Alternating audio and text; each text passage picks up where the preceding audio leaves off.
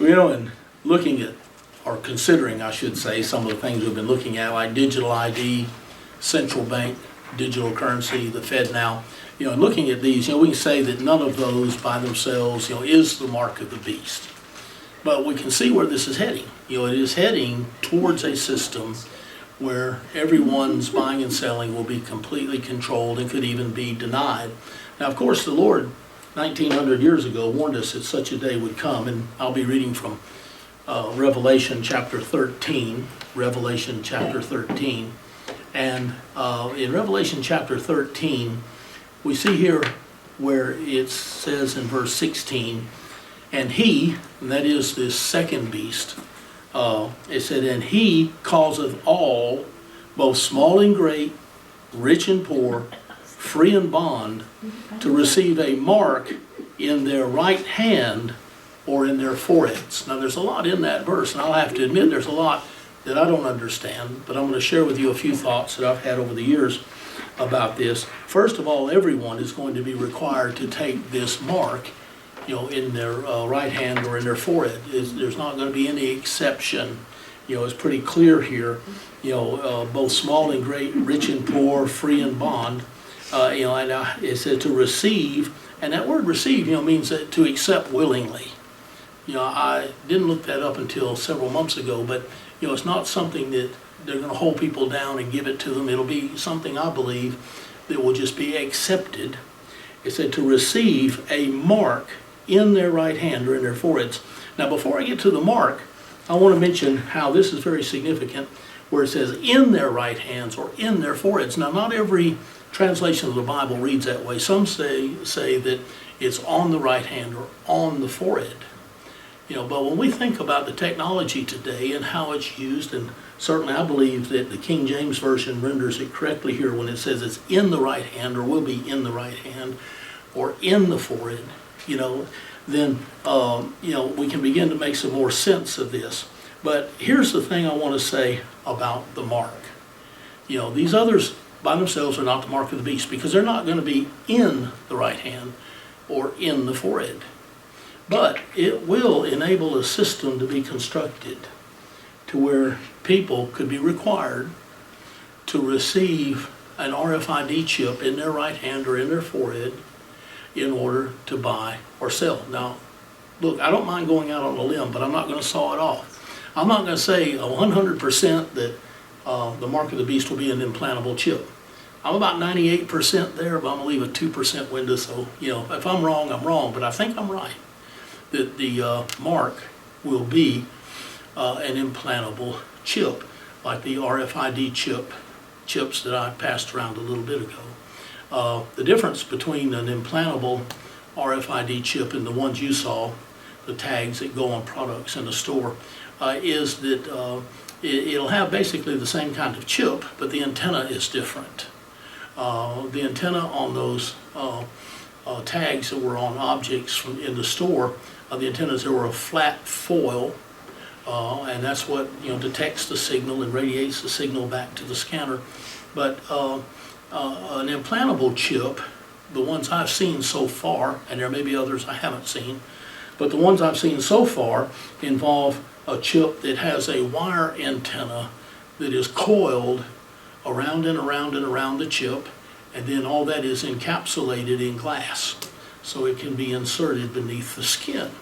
And so, that's how an RFID chip can and is being used, if you will, to tag animals, dogs, cats, cattle. Some people have received this already in their hand to use as a way to unlock their car, unlock their house, log on to their computer. A lot of people in Europe, especially in the Scandinavian countries, in the UK, are getting this already. And so we can see how this mark can be implanted in the right hand or in the forehead.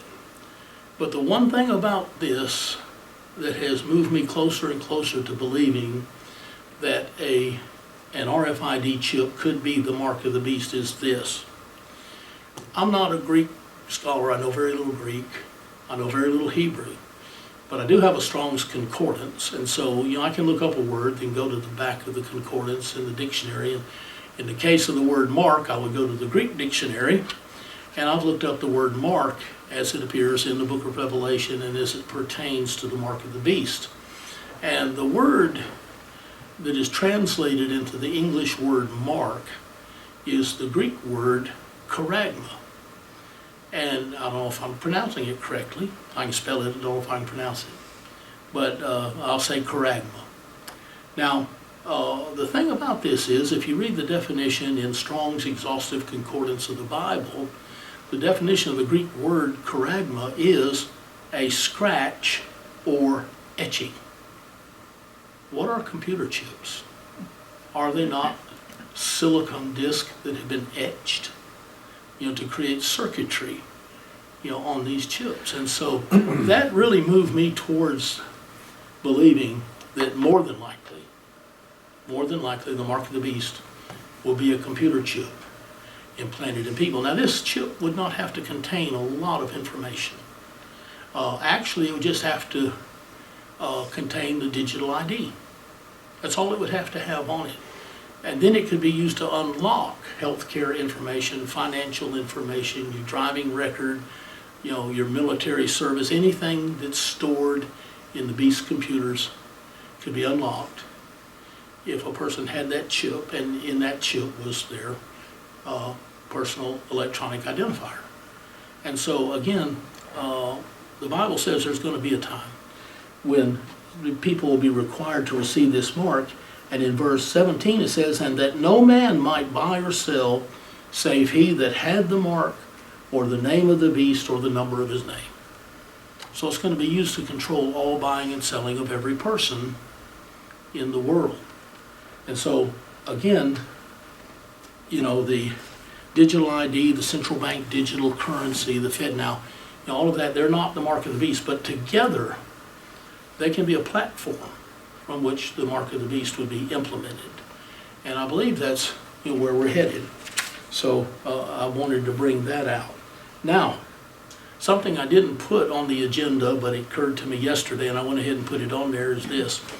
And I don't know much about this, but they are building these huge data centers everywhere. And we hear so much talk about artificial intelligence, and we need these data centers to run everything. But step back for a moment. With all the information that's being collected on every person in the world, where are they going to have to store this?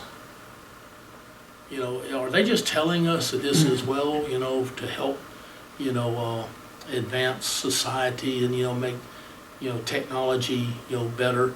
Or is it actually a system that is going to be an integral part of a surveillance system? You drive through a town now, you see cameras, there's microphones, all of our electronics, communications are being monitored and stored by the NSA, or National Security Agency.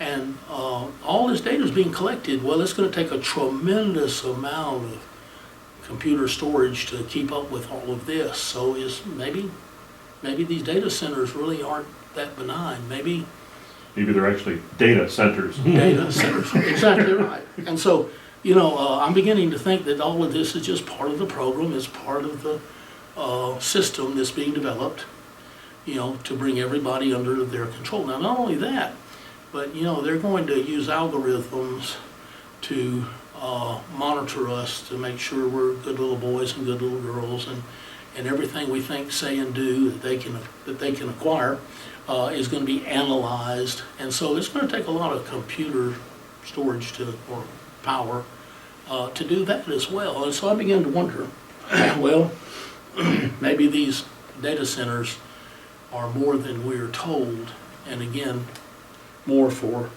keeping up with all the data they're going to be gathering on everyone in the world.